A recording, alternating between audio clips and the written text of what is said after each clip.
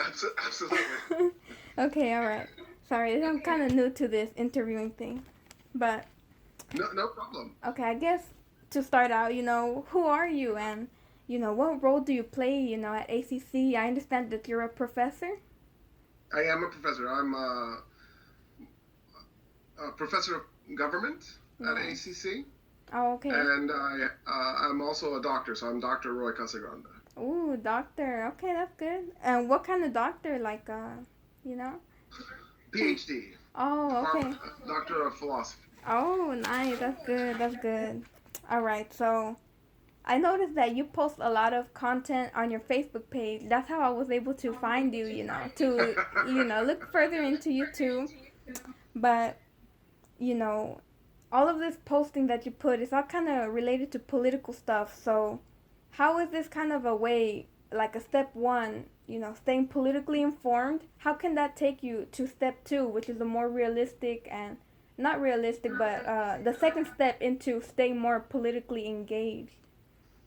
So that's an awesome question because the first part, which is the politically informed, is probably actually more important than the second part, which is being politically engaged. Hmm. And the reason I'm saying that is because it doesn't do anybody any good to have a completely uninformed person Mhm. participating in any political situation, whether it's That's true. voting or protesting or writing their congressperson. If you have no information, you can't create a coherent worldview. And so the first step really is staying informed. Okay, well, Yeah, that's really good, and I'm glad that you say that because I wouldn't have thought of it that way about the first part is the most important, but in staying politically informed, what was I gonna say? How can I say this? Like, how can that like would you say that has the same effect as maybe going out and doing something hands on? um, I mean, certainly, I think life experiences are really critical. I think they're very, very important. It will frame your worldview. Mhm. For example, I believe that somebody who has never traveled Mhm. will automatically have a myopic worldview. That traveling is one of the best education experiences that you can have. Oh, that's I, pretty I, good. I'm gonna get in real big trouble here. I would say 4 weeks in a foreign country is better than an entire semester at college Oh with yeah. 15 semester hours in Damn. terms of information that you will generate. Whew. So, um, so I definitely think experience matters. And people who are, bicultural or have lived in other countries or at least have lived in other states are automatically going to have a better world view. They're going to have a better informed opinion. Hmm. But having said that, I think the first step would be to find a constant source, a daily source, because you're probably not going to be able to constantly travel. Oh yeah. And so what most people do is they have an opinion and then they go find sources that back up their opinion. Mhm. So, for example, they feel X about situation Y, and then they'll go to the news outlet that reinforces that opinion. Hmm. So, the first step would be to break that cycle. Because the last Hmm. thing you need is uh, an information source, and really the information needs to be in air quotes, a source of information, questionable information that just reinforces your beliefs. What we need automatically is data that's accurate that actually forces us to question our beliefs. Because one of the things that I think most people don't realize in the United States is that we as individuals, no matter if you have a PhD or you haven't graduated high school, it doesn't matter. No individual is smart enough or capable enough to cover enough of the world that they could ever have a bulletproof worldview, or that they could ever know enough about politics that they would never be wrong. Hmm. And so you want a news source that's going to challenge you. So the first thing people need to do is stop going to news sources that reinforce their beliefs. Yeah. So automatically I can think of two news agencies, one on the left and one on the right, that you just need to stop. Just don't use those anymore. They're not helping you. So that'd be the first thing I would do. The next thing you need to do is find a source to replace it. And obviously, every journalist on earth is biased. Every news agency is biased. So the more news agencies you go to, the better, because then you're more likely to be able to tease out the bias. So, for example, BBC is shockingly reliable. But BBC is owned by the British government. And so if you only used BBC, you would probably be better off than 90% of Americans. But you would still have this bias that is a British government filter on BBC. And so in other words, you would want to have something like BBC and then maybe 2 or 3 other news agencies that you go to regularly. Going to people's opinions is only marginally useful. Well, the reason Americans are so obsessed with going to other people's opinions, like going to a person's blog or tuning into Fox or tuning into MSNBC, is because the dominant ideologies in the United States, the conservative ideology and the liberal ideology, are not based on a set of rules. They're actually based on the more or less randomly stacked opinions of the political leaders. For example, Obamacare was created by the Reagan administration. It was originally a conservative position. Mitt Romney, the Republican governor of Massachusetts, implemented it first. It was originally called Romneycare, and now the Republicans hate it. And there's nothing wrong with that. They can totally change their opinion on it. The reason why that's okay is because there's no defining set of principles that hold conservative ideas together, just like there's no defining set of principles that hold liberal ideas together. In other words, you could just sit there case by case and change your opinion on anything, which is one of the reasons why Americans feel entitled to make up their own ideology and, I believe this and I believe that, and you just sort of put it together.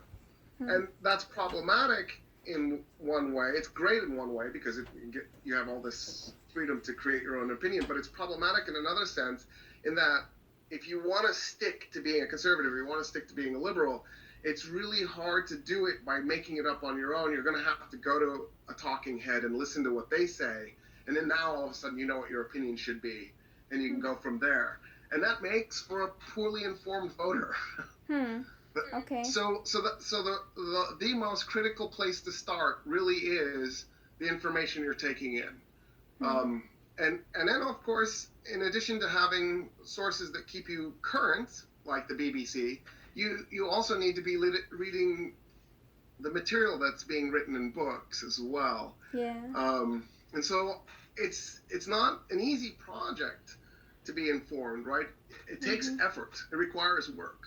A lazy person isn't going to pull this off.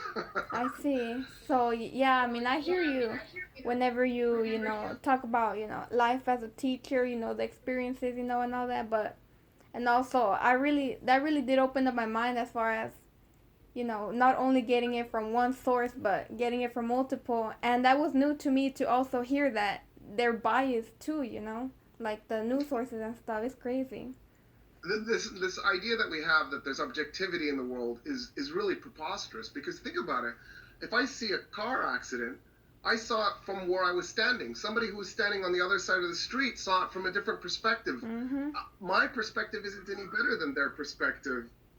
It's not unique from their perspective. And so there's this problem of we like to pretend we're objective, but nobody's capable of true objectivity. Objective. What do you mean by objective? So objectivity is sort of the gold standard that academia strives for. That there is some truth, and that truth can be reached through a process of science. And that's true in physics. I mean, I think obviously theories are sometimes shot down and replaced, but usually theories are just modified, because every time you conduct an experiment, odds are really good that you will discover that what you thought was right, the intuitive thing, you'll find was wrong. And then, whatever you're left with at the end, that's the new theory. In social sciences, like political science, that's impossible. And the reason it's impossible is because, first of all, human beings aren't atoms. We can't be put in a laboratory and tested in a laboratory. But also because our institutions are constantly evolving, and they're constantly evolving because people's attitudes are changing, but also because our technology is changing. And between this constant advance in technology and the constant change in attitudes, there's no way for any one individual to understand a situation well enough to truly the standard that we've set for journalists and for professors and for students, that's unachievable. And it might be better to actually just allow people to express their biases, come out and say what their subjective position is, and then allow that person from their subjectivity to reveal their biases so that you can know where they're coming from. Okay.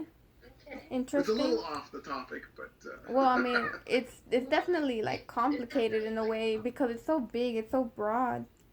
And yes, yes. So what we're doing right now, we're engaging in this political discussion, but I've had trouble differentiating the terms politically engaged and politically active because how we're both engaged in this combo, it's like if both of our status are active or like a check mark. I don't know. But would you kind of say that engaged and activeness is kind of the same thing? I mean, like political, staying politically informed. Would you really say that's a political active, politically engaged, or is it all the same thing, engaged and active? I've had that's a trouble great with that. question. So I'm probably wrong about this, but what comes to mind is you're politically engaged if you're paying attention, you're reading, you're keeping up, but you're not necessarily politically active. Mm-hmm. And the reason I'm making that differentiation is because when I think of active, I think of an activist. Mm-hmm. So your original question was, how do I stay politically informed, and then how do I become politically active? So I think the front end of it is if you're reading and you're keeping up, you're engaged, you're paying attention. Mm-hmm. But to be active, you would need to take it one step further. Mm-hmm. And the most obvious place is vote. Oh yeah. The United States has an egregious history of voter suppression, especially in the South, but not exclusively in the South. Texas has always been at the forefront of figuring out ways to screw people out of their votes. That is our tradition. We've been doing this for decades. That reminds me good too. How you say that? I read recently, that Texas is not allowing absentee voting. It's to the same people, like if you're handicapped, stuff like that. But with this COVID-19 pandemic, you would think that Texas would allow absentee voting because of the pandemic. No one wants to go out there, but I don't think they're allowing it as of currently. Yeah, I'm not up to date on that, so that could be. But even if it wasn't the case, I would warn against doing absentee ballots. And the reason is because there is a history in the United States of absentee ballots not being counted. So if you want to vote, you really need to do everything you can to be safe. Social distance, wear a mask, go at a time when there's not a lot of people there, but you definitely want to do it in person. It makes it much more likely that your vote will count. Mm-hmm. Also, if you're filling out the form on the absentee ballot and it's not online, it's on paper, and you make a mistake, they throw the ballot out. Damn. Whereas it's hard to make a mistake when you're at the voting machine because you're simply just picking the candidates and the issues that you want. Mm-hmm. And so I think if you can make it, you need to do every effort you can to be there in person. Oh, yeah. Because of voter suppression and because of things like this, gerrymandering, outright voter suppression, the picture ID, which is an attempt to lower voter turnout, because of all of this, the very act of voting is a revolutionary act. So the first step in activism is going to the voting booth. And I think most Americans are really confused about this. That's not once every 4 years. Yeah. We have 3 elections this year alone. We had the primary, then we had the runoffs, which we just did on Tuesday, and then we're going to do the November election. That's 3. Sometimes it's more. It could be 4 if there's a special election in your district for some reason. But very often it's 3 in an election, in a presidential election year or a midterm election year, which are the even numbered years. And then usually in odd numbered years it's 1, but sometimes it's 2. In other words, in a normal 4-year cycle, you should plan on voting 8 times. And I suspect that the average American votes once in a 4-year cycle. Yeah. We get voter turnout at about 50%. Mhm. on presidential election years like this year for the general election in November. But like the runoff election, we had 11% voter turnout, and I think it was comparable for the primary. In midterm years, we run about 30%. That's terrible. Those are horrible numbers. In 2002, the Netherlands had us two elections in 1 year, and on the second election, they had 80% turnout. And they had to ask themselves the question whether or not that election was constitutional or not because the turnout was so low. 80? Damn.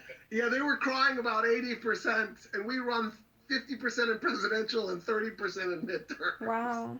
Dang. It Yeah, does sound like a lot of Americans need to start voting because honestly, I've never voted, do but it. It's your yes, duty. You should. yes, but I have to stay politically informed first because if I were to, vote, I would like to know who I'm voting for and stuff, and what Absolutely. exactly causes they're doing. But Exactly. Because if you're not informed, you're just randomly picking at that point, and that's mhm, that's not very useful. mhm, and also, would you say that politics, all of this, like it goes hand in hand with everything we do? For example, going to the store and shopping for groceries, or maybe even littering on the street. Would you say that politics is just everywhere around us, and we influence it? It influences everything that we do. I 100% agree with that. But Mhm. I'm also a political scientist, so that's my bias. Hmm. I'm a firm believer that every single thing you do is political. Hmm. So whether you turn off a light, whether you threw garbage in the street, like you said, that's all political. I mean, think about it. By turning off the light, you're saving electricity. The electricity that you're saving is less energy that we have to generate. It makes us uh, better at not polluting. It makes the world a better place. It Yeah. also saves everybody resources and money, and it saves the resources for future generations. So, like, there's so many little things you could do that are, in fact, when you think about it, political. Whether or not you shop or not, for example, is political. Whether or not you buy that frivolous thing you don't need, that isn't necessarily going to make the world a better place if you purchase it. Mhm. So for sure, all of that's political. But then there's all the other things that we should be doing. For example, protesting. It is your Mhm. First Amendment right to protest. You have the Mhm. right to assembly, and you have the right to freedom of speech. In fact, when you think about it, this is a little bit of a stretch, but it's an important stretch. We have the right to petition the government. That's also in the First Amendment. And when you think about it, a protest is an attempt to impress upon political actors exactly how much enthusiasm there is for an issue. And so, indirectly, protesting is also that. Hmm. So, and that's a very important part of American political culture. Writing a letter to your congressperson, your state legislator. I would always advise doing a paper letter rather than an email. I think people think I'm going to just write an email. Emails are easy, and I think most politicians assume that anybody can write an email, and there could have been a bot that did it. Oh yeah. Whereas if you produce a physical letter, I think it counts a little bit more. Mhm. Um, and then, of course, you can meet with your legislators. Hmm. The state legislators actually have days during the legislative session, which are, of course, in spring of odd-numbered years, where they're in their office and they just expect the voters to come talk to them. I've met several of my legislators over the years, and I think it's a worthwhile thing to do. And then, of course, you can be engaged online. So it's not the same thing. The virtual world isn't the same thing as the real world, Yeah, but I it agree. is it is a very powerful space. Right now, look at all the healing circles popping up, and all the discussion groups that have popped up, and Mhm. all the podcasts that could have a really meaningful impact on the world. And so the virtual world has become kind of an exciting place since the COVID-19 lockdown. It was already a little bit exciting before, but it's become even more so. There's a little bit of an online revolution taking place. Yeah, I kind of see how that is true because now that we're in this COVID-19, everyone's relying on internet, the computer, everything to meet, school, stuff like that. But Absolutely. yes, but I guess this next question is, kind of related to another story I'm writing, which is the time I realized I'm a minority. But like as minorities, you think that we could break down those barriers into creating such a more kind of inclusive space, as far as, maybe staying politically active, being heard, making a difference in our government, and like as minorities. I'm not sure exactly where I go from that, but Are minorities. you asking me how minorities do that, or are you saying we are doing it? I guess both. Like how? Like How to minorities. do that? We're minorities that I would say I'm a minority, I guess, but how can I have the power to influence government? Like, like I guess a bunch of voters like me, we don't vote, I guess, because we don't feel that our vote matters. But, you know, what's the opposite of that? I'm not sure Okay, exactly. so the first thing minorities in Texas could do is vote, Mhm. and I'll tell you why. So Texas, nationally, Texas does very poorly. Oh Uh, yeah, I've we heard. are frequently 50th in the country for voter turnout. I believe Damn. in 2018 we were like 47th. So we got a little better. It's something like that. Don't quote me on that number, but we are terrible at voting in Texas. Mhm. If you look at it, if you break it down by race nationally, white people and black people are about 60% likely to vote. Hmm. And then the Latinx population and Asians are about 40% likely to vote. So a white person or a black person is about 1.5 times more likely to vote than a member of the Latinx community or an Asian nationally. But in Texas, the numbers drop really low. So in Texas, 50% of blacks and whites vote. So nationally, blacks and whites are much more likely to vote than they are in Texas. Right? Hmm. That's a significant drop. It's a 20% drop. In for the Latinx and Asian communities in Texas, the number drops to 20%. So in other words, a black person or a white person in Texas is 2.5 times more likely to vote than a member of the Latinx community or an Asian in Texas. Mhm. And that's incredible when you consider that whites and Hispanics are equal in population in Texas. Both are about 40.5%, I think, Hmm. in 2020. So, it'll be interesting to see the data for the 2020 census, Mhm. but I would not be surprised if next year there are more Latinx people living in Texas than there are white people living in Texas. Um, so here we have a population that's on par. It's Mhm. equal. But because Latinx voter turnout is so awful, they've disempowered themselves. They've literally Um. pulled the power out. It's like you're trying to run your computer, your light, but you've pulled the cord out of the wall. It's not. There's no light Damn. coming from that bulb for some reason, and this is the reason. If Asians, or Texas is 6% Asian and it's 40.5% Latinx, if Asians in the Latinx population would just simply vote, it would be a revolution. It Mm. would change Texas politics forever. White people with 40.5% completely run the state. They own every statewide seat. They own the House. They own the Senate. They district the way they want to. They own the Texas Board of Education. Right, every step of the way. Even though white people are only 40% of the population, you would think they were 90% of the population. Having said that, African Americans do vote, as my data has shown, and it's reflected. Um, so African Americans are 13%, black people are 13% of the US population, and they're 12% of the United States Congress. Hmm. Um, the Latinx population in the United States is 18%, and they're 9% of the US Congress. Hmm. In other words, there is a distinct reward for having your public vote. And black people are almost equal, right? The 13%, 12%. Latinx are 18% and they're 9% of the Congress. They're being punished for not showing up and voting. Wow. And so automatically that dramatically lowers your say.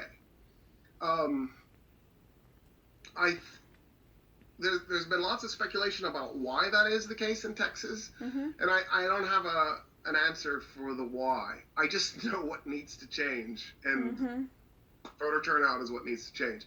The other population that gets hammered is your generation. Mhm. Yep. Young people also don't do a good job at voting. Yeah, I know. Having said all of that, there was a dramatic increase in Latinx voter turnout and Generation Z's voter turnout in 2018. Hmm. If there's a similar style voter turnout in this election in November, we will actually probably see a blue wave. We were Hmm. talking about a blue wave in 2018. It was more like a blue ripple. Hmm. It wasn't a wave, but it's entirely possible there will be a blue wave this November. If we see the same kind of increase in voter turnout for Gen Z Yeah. and Latinx voters. Wow, that's interesting. And about what you were saying earlier too, that the white people that are in Congress and stuff, while numerically they may be the minority, I guess they're kind of like the dominant group up there. I mean, I see that too. That's Yeah, that's a little some more research that I've been doing for the other minority story. But I mean, that seems to be all the questions because I did notice that some of my questions kind of seemed a little more repetitive. But I mean, that's really all that I have. I wish that Grant was here to ask you the questions he wanted to ask, but unfortunately he could not be here. But, is there anything else that you want to add as far as staying politically active during COVID-19? yeah.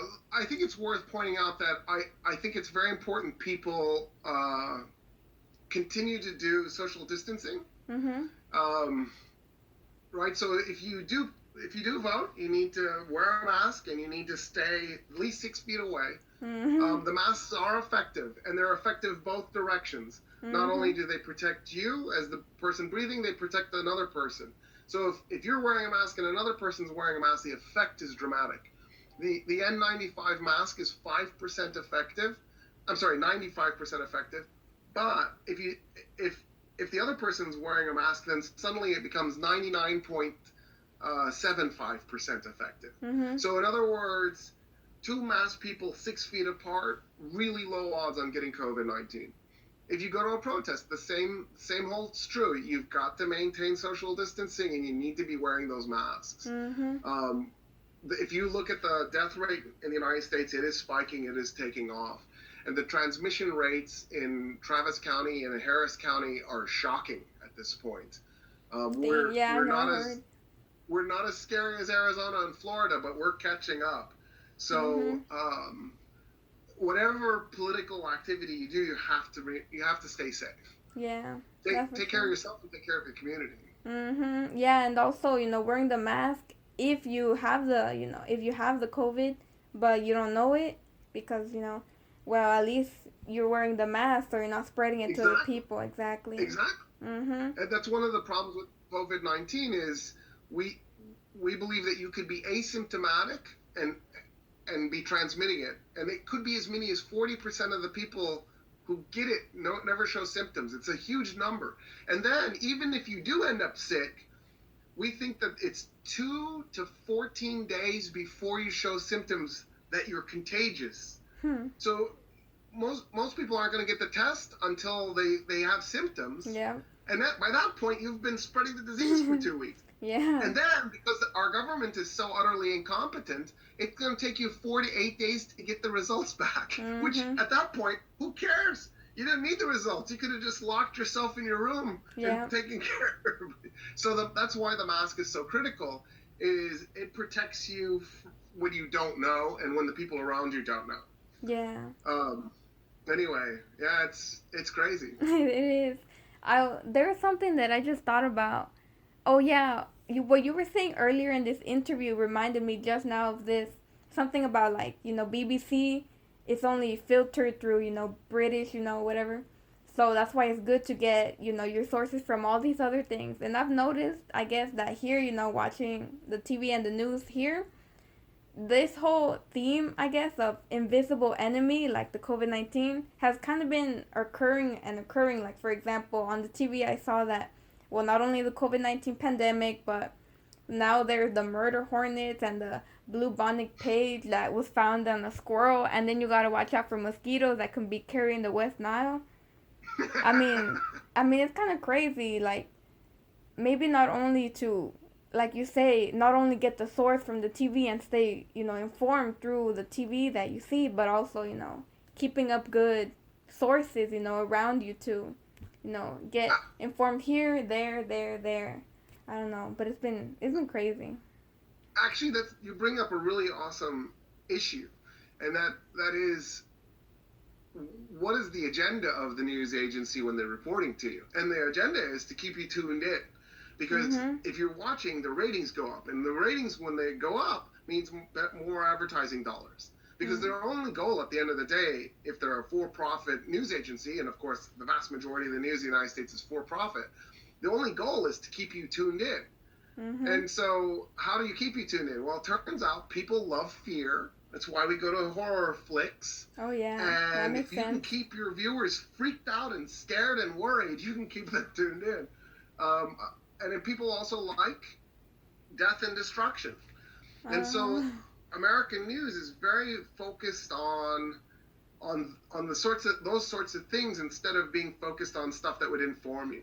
One of the things that I like about BBC is they always tend to write a background story. So that when they report the story, they'll either start with the background or they'll give you the story and then go back and say, oh, by the way, this is the background. And then they'll include links to past stories. So if you didn't get enough background, you can actually just go traveling further back and you can see even more background. And the reason that's important is because Americans treat every event like it happened in a vacuum. And that everything that's ever happened on Earth is connected to everything else that's ever happened on Earth. And so if you try to understand an event without knowing any of the stuff that happened around it and any of the stuff that happened in the past, you can't know anything meaningful about that particular instance. And that's the problem with the news media, is the news media treats everything like it's this new, exciting, crazy, oh my God, stay tuned in, instead of calmly presenting the facts and the data. And in that way, BBC does usually do a better job. There are other news agencies that are great as well. I love Deutsche Welle, which is the German news agency. But if you can just sort of find a news agency that isn't as sensational,